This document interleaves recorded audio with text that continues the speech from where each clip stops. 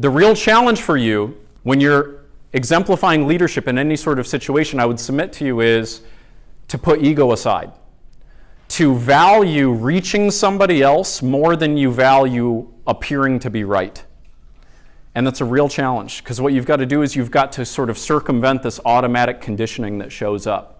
The brain is fantastic, but it's kind of trying to screw us over in these unique ways. And it's not necessarily anything that's wrong with you. It's not that when you get up in front of a crowd or you're speaking to your committee meeting or whatever the case is and your legs are shaking, that there's something wrong with you. It's just that's how we're kind of wired. And that what you've got to be able to do is say, I'm putting the ego aside, and what matters most is for me to demonstrate compassion first for the people that are inside of my group, inside of my team. And what I would also say is that a leader in any sort of context is somebody who's demonstrating the most compassion out of anybody in that group and who has a higher standard. Think of the people who have influenced you in your life. Think really quickly, just reflect for a minute and think, who is an individual who I know has had a profound impact on my values?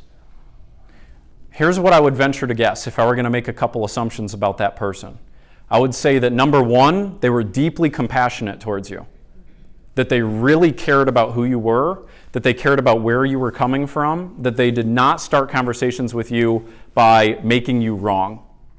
And then the second thing I would venture to guess about that individual is that they had a high standard that you respected.